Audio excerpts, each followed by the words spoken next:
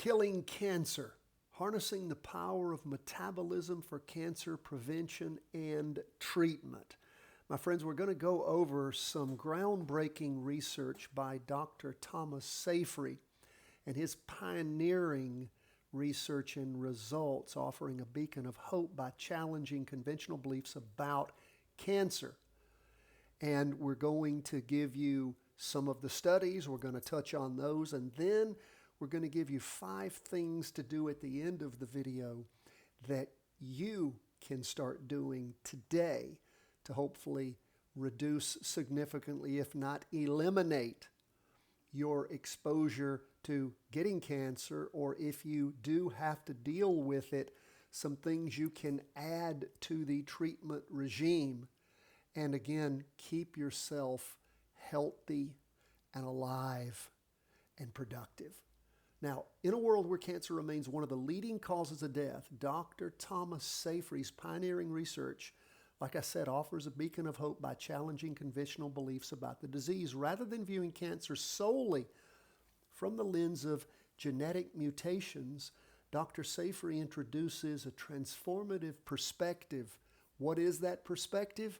It's that cancer is fundamentally a metabolic, not a genetic, a metabolic disorder. This groundbreaking insight not only redefines our understanding of cancer, but it also empowers individuals to take control of their health through actionable lifestyle changes. By embracing the metabolic theory of cancer, we can unlock new avenues for prevention and treatment, fostering a proactive approach to one of humanity's most pressing health challenges. Now, in this video and in the paper that we will have attached a link to it, we're going to summarize the key findings by Dr. Seyfried in significant studies and articles that he has written, illustrating the implications of his metabolic theory and offering practical actions for you to be able to take to incorporate these insights into your life. The first thing we're going to look at is his book from 2012. So he's been involved in these thoughts, the development of these ideas and this research for many, many years. It's entitled Cancer is a Metabolic Disease on the Origin, Management, and Prevention of Cancer.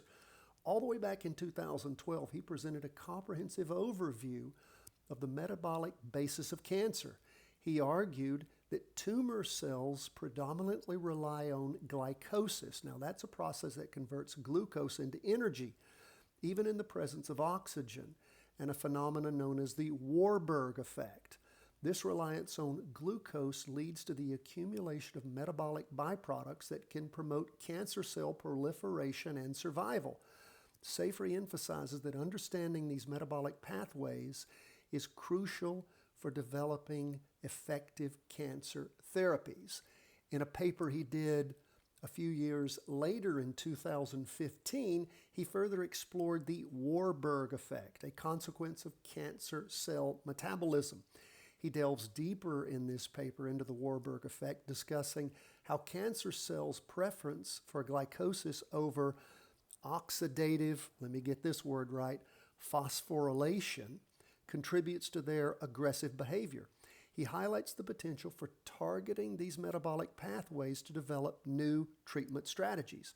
By reprogramming the energy metabolism of cancer cells, it may be possible to hinder their growth and enhance the effectiveness of existing therapy. So he's not throwing everything out, but he is saying we need to pay attention to metabolism, to what people are consuming, how they're using their bodies. This is all extremely important. What gets me is I never hear this anywhere else.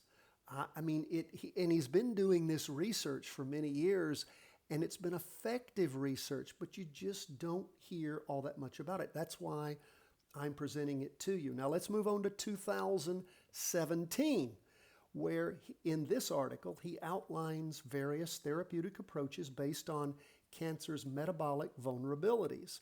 In this, Dr. Seyfried suggests that strategies like caloric restriction, the ketogenic diet, and the use of metabolic inhibitors could selectively target cancer cells while sparing normal cells. This targeted approach could revolutionize cancer treatment, allowing for more effective and less toxic therapies. And he posited this back in 2017. We're going to move on to the next paper, Metabolic Therapy, Therapeutic Targeting of Cancer. Now in 2018, Dr. Seyfried reviews the potential of metabolic therapies, including the ketogenic diet, which significantly reduces, again, glucose availability while providing alternative fuel sources for normal cells. He discusses how dietary interventions can starve cancer cells and enhance the effectiveness of conventional treatments. And by the way, all of these papers or books, I have links that are in the article. They'll be in the show notes. You'll see a link to that article, and all these papers are linked there. You can actually go read them for yourself. I am not a medical doctor. I actually do a lot of research as a trial attorney. My entire life is based on evidence, and evidence backing up what I do as a professional, as a doctor of law, and of course as just a human being that has been trained for 30, almost 40 years now to look at evidence and apply it to my life in general and my profession in particular. Now let's move on to the next one. That is the role of ketogenic diet in management of cancer. Now we're up to 2019. In this paper, Dr. Seyfried explores the mechanisms by which ketogenic diets can influence cancer progression. He reviews clinical studies that suggest that ketogenic diet may improve the quality of life and treatment outcomes for cancer patients. By depriving the cancer cells of glucose, this is what he's been focused on the whole time, while providing ketones, which is an alternative energy source, the dietary approach could serve as complementary therapy in cancer management. Now, we come up to date and we see in one of his latest studies conducted in collaboration with researchers from Boston College and other institutions, Dr. Seyfried explores in targeting cancer the combination of calorie-restricted ketogenic diet and the antibiotic, and it's again another one of these long medical terms, 6-diazo-5-oxo-L-neuracine, and that is DON is the way it's abbreviated. This combination targets both glucose and glutamine metabolism, the key energy sources for cancer cells. In particular, the research focuses on glioblastoma,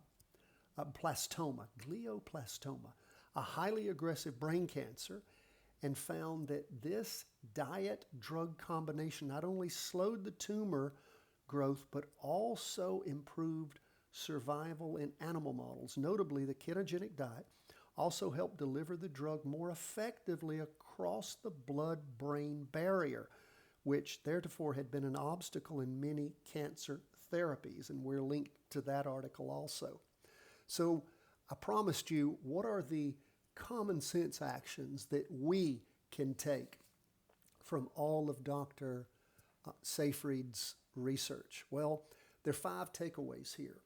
The first is consider a ketogenic diet. Now, those of you might be saying, what is a ketogenic diet? Well, consult with your healthcare provider about implementing this type of diet, which focuses on high-fat, low-carbohydrate intake. It is the opposite of what you see on the diet pyramid, the food pyramid, where we're supposed to eat high carbohydrates, grains, all the things that, oh my gosh, give us cancer potentially. So again, this is a different way of eating, a way of eating that I would say is much more akin to the way that humans ate in the past when their societies were not riddled with cancer. Again, maybe just a little bit of common sense here. This diet may help shift and reduce glucose availability to cancer cells. Now, number 2, practice calorie restriction. And this is, we've been hearing a lot about this in the news lately, intermittent fasting, while reducing overall caloric intake can enhance metabolic health and may lower the risk of cancer. Intermittent fasting is one method that can be incorporated. This is a big one for me. Increase physical activity. Regular exercise not only maintains healthy weight, but also improves what? Metabolic function, and may lower the risk of developing cancer. So, keep your mouth shut, get off your ass, move if you want to stay alive. If you're not moving, I like to say you're dying. And also, here's another big one. Limit sugar intake. Now, sugar comes in a lot of sources. You know, you can get it from simple starches, from just eating a lot of processed food. So by reducing the consumption of sugars and refined carbohydrates, you can decrease the availability of glucose for what? Potential cancer cells forming in your body. And lastly, my friends, stay informed. Pay attention. You can do your own research with chatbot and the internet. It's easier than it ever was. Keep up with the latest research on cancer metabolism and consult with your medical professionals about innovative therapies and dietary interventions that can complement traditional treatments. The bottom line is, my friends, by understanding and applying the principles outlined by Dr. Seyfried's work, you can take proactive steps toward cancer prevention and health optimization, emphasizing the importance of metabolic health in disease management is just common sense. Eat a good ketogenic diet. Practice intermittent fasting. Get off your ass, get out there and work out. At least start walking a few minutes a day and add to it. Limit sugar intake and pay attention to what's going on out there. Now, our legal description is here. Not a doctor. Always consult your health professional about what's going on. You have questions, problems, concerns. We always love to hear from you. persistandconquer300@gmail.com. Look in the show notes for the links to our quick start guide for working out and all the other information that we have available. We love to hear from you. Don't hesitate to email us. You got ideas, questions, concerns. Let us hear from you. God bless, my friends.